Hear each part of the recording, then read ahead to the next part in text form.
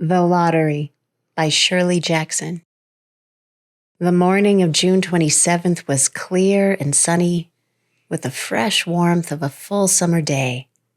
The flowers were blossoming profusely, and the grass was richly green. The people of the village began to gather in the square between the post office and the bank around 10 o'clock.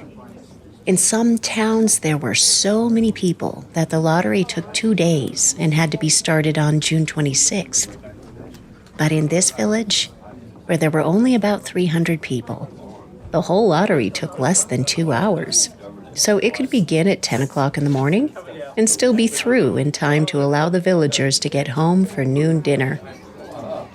The children assembled first, of course. School was recently over for the summer, and the feeling of liberty sat uneasily on most of them. They tended to gather together quietly for a while before they broke into boisterous play, and their talk was still of the classroom and the teacher, of books and reprimands. Bobby Martin had already stuffed his pockets full of stones, and the other boys soon followed his example, selecting the smoothest and roundest stones. Bobby and Harry Jones and Dickie Delacroix, well, the villagers pronounced this name Delacroix, eventually made a great pile of stones in one corner of the square and guarded it against the raids of the other boys. The girls stood aside, talking amongst themselves, looking over their shoulders at the boys, and the very small children rolled in the dust or clung to the hands of their older brothers or sisters. Soon the men began to gather, surveying their own children, speaking of planting and rain, tractors and taxes.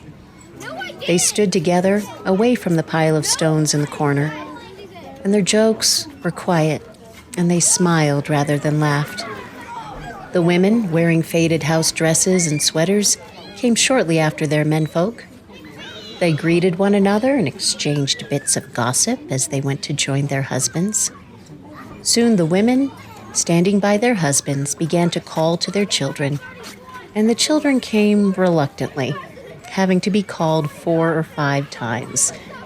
Bobby Martin ducked under his mother's grasping hand and ran, laughing, back to the pile of stones. His father spoke up sharply, and Bobby came quickly and took his place between his father and his oldest brother. The lottery was conducted, as were the square dances, the teen club, the Halloween program, by Mr. Summers, who had time and energy to devote to civic activities. He was a round-faced, jovial man, and he ran the coal business. And people were sorry for him because he had no children, and his wife was a scold. When he arrived in the square, carrying the black wooden box, there was a murmur of conversation among the villagers, and he waved back and called, "A little late today, folks." The postmaster, Mr. Graves, followed him, carrying a 3-legged stool. And the stool was put in the center of the square, and Mr. Summers set the black box down on it. The villagers kept their distance, leaving a little space between themselves and the stool. And when Mr. Summers said, "Some of you fellas want to give me a hand?" there was a hesitation before 2 men, Mr. Martin and his oldest son, Baxter, came forward to hold the box steady on the stool while Mr. Summers stirred up the papers inside it. The original paraphernalia for the lottery had been lost long ago, and the black box now resting on the stool had been put into use even before Old Man Warner, the oldest man in town, was born. Mr. Summers spoke frequently to the villagers about making a new box, but no one liked to upset even as much tradition as was represented by the black box.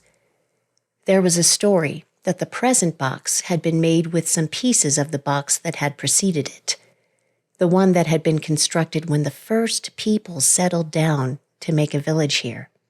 Every year after the lottery, Mr. Summers began talking again about a new box, but every year the subject was allowed to fade off without anything's being done.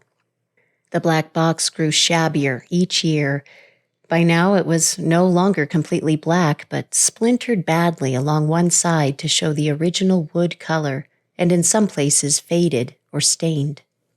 Mr. Martin and his oldest son Baxter held the black box securely on the stool, while Mr. Summers had stirred the papers thoroughly with his hand. Because so much of the ritual had been forgotten or discarded, Mr. Summers had been successful in having slips of paper substituted for the chips of wood that had been used for generations. Chips of wood, Mr. Summers had argued, had been all very well when the village was tiny, but now that the population was more than 300 and likely to keep on growing, it was necessary to use something that would fit more easily into the black box. The night before the lottery, Mr. Summers and Mr. Graves made up the slips of paper and put them in the box. And then it was taken to the safe of Mr. Summers' coal company and locked up until Mr. Summers was ready to take it to the square next morning. The rest of the year, the box was put away, sometimes one place, sometimes another. It had spent 1 year in Mr. Graves' barn and another year underfoot in the post office, and sometimes it was set on a shelf in the Martin grocery and left there. There was a great deal of fussing to be done before Mr. Summers declared the lottery open. There were the lists to make up of heads of families, heads of households in each family, members of each household in each family. There was the proper swearing in of Mr. Summers by the postmaster as the official of the lottery. At one time, some people remembered, there had been a recital of some sort performed by the official of the lottery, a perfunctory, tuneless chant that had been rattled off duly each year. Some people believe that the official of the lottery used to stand just so when he said or sang it. Others believed that he was supposed to walk among the people, but years and years ago, this part of the ritual had been allowed to lapse. There had been also a ritual salute, which the official of the lottery had had to use in addressing each person who came up to draw from the box. But this also had changed with time. Until now, it felt necessary only for the official to speak to each person approaching. Mr. Summers was very good at all this. In his clean white shirt and blue jeans, with one hand resting carelessly on the black box, he seemed very proper and important as he talked interminably to Mr. Graves and the Martins. Just as Mr. Summers finally left off talking and turned to the assembled villagers, Mrs. Hutchinson came hurriedly along the path to the square, her sweater thrown over her shoulders, and slid into place in the back of the crowd. "Clean forgot what day it was," she said to Mrs. Delacroix, who stood next to her, and they both laughed softly. "Thought my old man was out back stacking wood," Mrs. Hutchinson went on. "And then I looked out the window and the kids were gone, and then I remembered it was the 27th and came a-running." She dried her hands on her apron, and Mrs. Delacroix said, "You're in time, though. They're still talking away up there." Mrs. Hutchinson craned her neck to see through the crowd and found her husband and children standing near the front. She tapped Mrs. Delacroix on the arm as a farewell and began to make her way up through the crowd. The people separated good-humoredly to let her through. 2 or 3 people said, in voices just loud enough to be heard across the crowd, "Here comes your Mrs. Hutchinson," and, "Bill, she made it after all."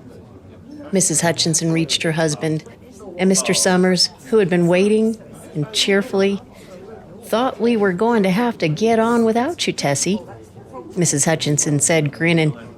"Wouldn't have me leave my dishes in the sink now, would you, Joe?"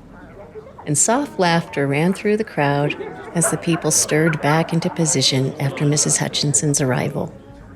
"Well, now," Mr. Summers said soberly, "guess we better get started, get this over with, so's we can get back to work. Anybody ain't here?" "Dunbar," several people said. Dunbar. Mr. Summers consulted his list. "Clyde Dunbar," he said. "That's right. He's broke his leg, hasn't he? Who's drawing for him?" Me, I guess, a woman said. And Mr. Summers turned to look at her. Wife draws for her husband, Mr. Summers said. Don't you have a grown boy to do it for you, Janie? Although Mr. Summers and everyone else in the village knew the answer perfectly well, it was the business of the official of the lottery to ask such questions formally. Mr. Summers waited with an expression of polite interest while Mrs. Dunbar answered. Horace is not but 16 yet, Mrs. Dunbar said regretfully. Guess I gotta fill in for the old man this year. Right, Mr. Summers said. He made a note on the list he was holding. Then he asked, Watson boy drawing this year? A tall boy in the crowd raised his hand. Here, he said. I'm drawing for my mother and me. He blinked his eyes nervously and ducked his head as several voices in the crowd said things like, Good fella, Jack, and good to see your ma's got a man to do it. Well, Mr. Summers said, guess that's everyone. Old man Warner make it?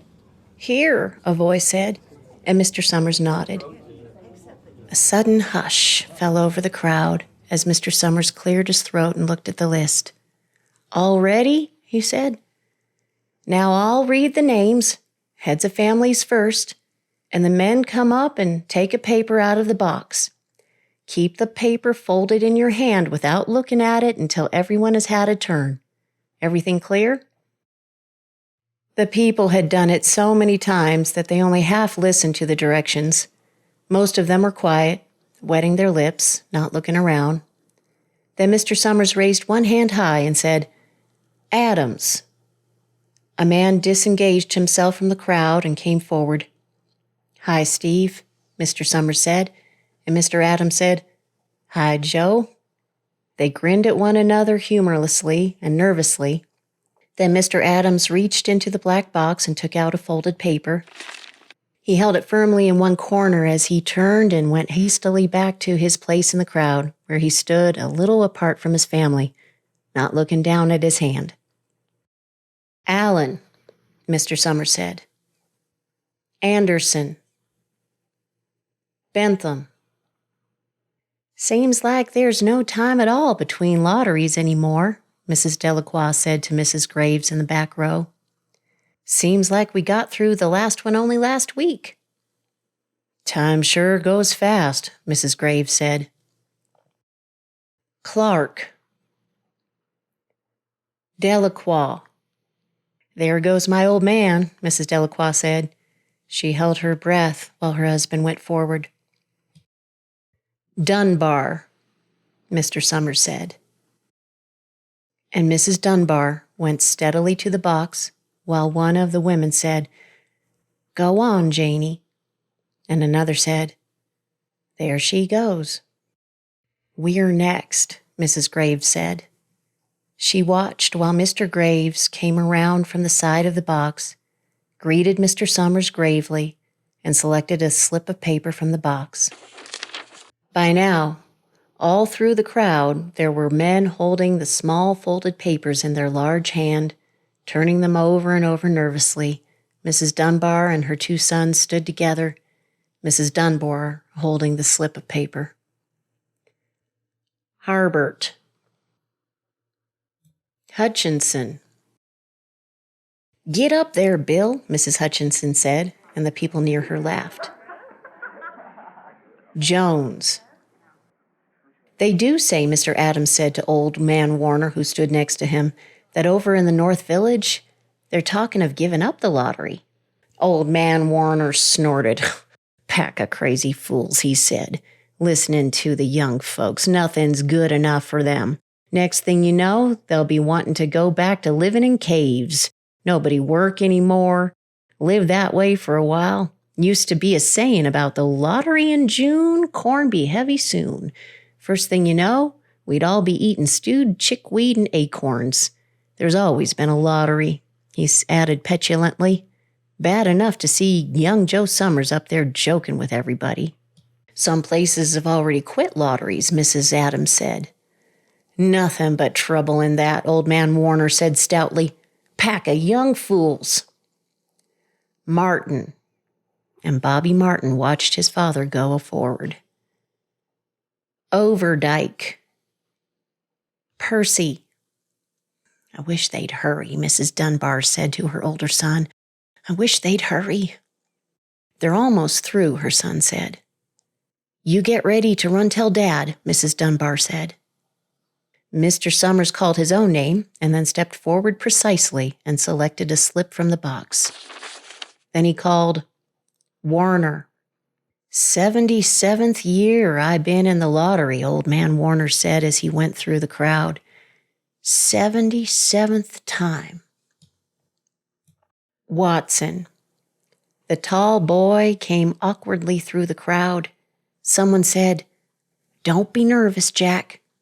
And Mr. Summers said, Take your time, son. Zanini. After that, there was a long pause, a breathless pause, until Mr. Summers, holding his slip of paper in the air, said, All right, fellows. For a minute, no one moved. And then all the slips of paper were opened. Suddenly, all the women began to speak at once, saying, Who is it? Who's got it? Is it the Dunbars? Is it the Watsons? Then the voices began to say, It's Hutchison. It's Bill. Bill Hutchinson's got it. Go tell your father, Mrs. Dunbar said to her older son. People began to look around to see the Hutchinsons. Bill Hutchinson was standing quiet, staring down at the paper in his hand. Suddenly, Tessie Hutchinson shouted to Mr. Summers, You didn't give him enough time to take the paper he wanted. I saw you. It wasn't fair. Be a good sport, Tessie, Mrs. Delacroix called. And Mrs. Graves said, All of us took the same chance. Shut up, Tessie, Bill Hutchinson said. Well, everyone, Mr. Summers said, that was done pretty fast, and now we've got to be hurrying a little more to get done in time. He consulted his next list. Bill, he said, you draw for the Hutchinson family. You got any other households in the Hutchinsons? There's Don and Eva, Mrs. Hutchinson yelled. Make them take their chance. Daughters draw with their husband's family, Tessie, Mr. Summers said gently. You know that as well as anyone else. It wasn't fair, Tessie said. I guess not, Joe, Bill Hutchinson said regretfully. A daughter draws with her husband's family, that's only fair. And I've got no other family except the kids. Then as far as drawing for families is concerned, it's you, Mr. Summers said in an explanation. And as far as drawing for households is concerned, that's you too, right? Right, Bill Hutchinson said. How many kids, Bill? Mr. Summers asked formally. 3, Bill Hutchinson said. There's Bill Jr. and Nancy and little Dave and Tessie and me. All right, then, Mr. Summers said. Harry, you got their tickets back? Mr. Graves nodded and held up the slips of paper. Put them in the box, then, Mr. Summers directed. Take Bill's and put it in. I think we ought to start over, Mrs. Hutchinson said, as quiet as she could. I tell you, it wasn't fair. You didn't give 'em time enough to choose. Everybody saw that. Mr. Graves had selected the 5 slips and put them in the box, and he dropped all the papers but those onto the ground where the breeze caught them and lifted them off. Listen, everybody, Mrs. Hutchinson was saying to the people around her. Ready, Bill? Mr. Summers asked, and Bill Hutchinson, with one quick glance around at his wife and children, nodded. Remember, Mr. Summers said, take the slips and keep them folded until each person has taken one. Harry, you help little Dave. Mr. Graves took the hand of the little boy, who came willingly with him up to the box. Take a paper out of the box, Davy, Mr. Summers said. Davy put his hand into the box and laughed. Take just one paper, Mr. Summers said. Harry, you hold it for him. Mr. Graves took the child's hand and removed the folded paper from the tight fist and held it, while little Dave stood next to him and looked up at him wonderingly. Nancy next, Mr. Summers said. Nancy was 12, and her school friends breathed heavily as she went forward, switching her skirt, and took a slip daintily from the box. Bill Jr., Mr. Summers said. And Billy, his face red and his feet overlarge, nearly knocked the box over as he got a paper out. Tessie, Mr. Summers said. She hesitated for a minute, looking around defiantly, and then set her lips and went up to the box. She snatched a paper out and held it behind her. Bill, Mr. Summers said.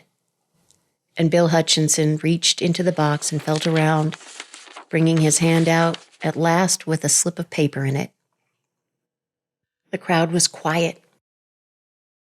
A girl whispered, I hope it's not Nancy. And the sound of the whisper reached the edges of the crowd. It's not the way it used to be, Old Man Warner said clearly. People ain't the way they used to be. All right, Mr. Summers said. Open the papers. Harry, you open little Dave's. Mr. Graves opened the slip of paper, and there was a general sigh through the crowd as he held it up, and everyone could see that it was blank. Nancy and Bill Jr. opened theirs at the same time, and both beamed and laughed, turning around to the crowd and holding their slips of paper above their heads. Tessie, Mr. Summers said.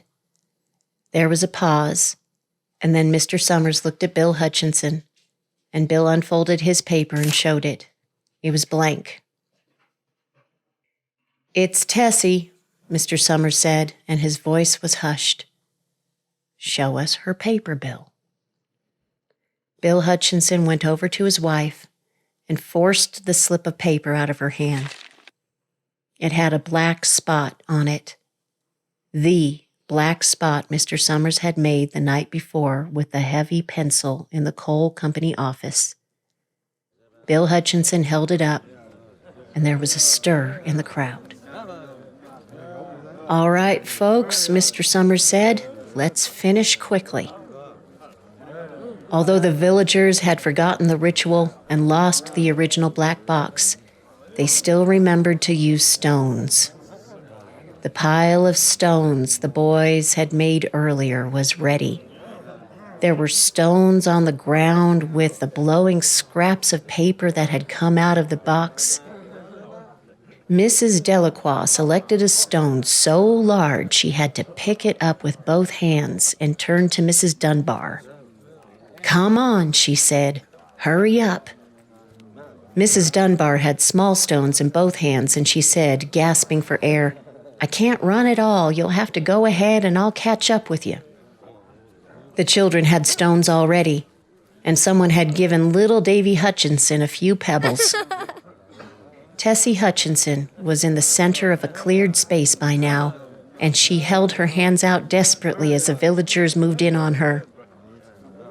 It isn't fair, she said. A stone hit her on the side of the head. Old Man Warner was saying, come on, everyone. Steve Adams was at the front of the crowd of villagers with Mrs. Graves beside him. It isn't fair. It isn't right, Mrs. Hutchinson screamed, and they were upon her.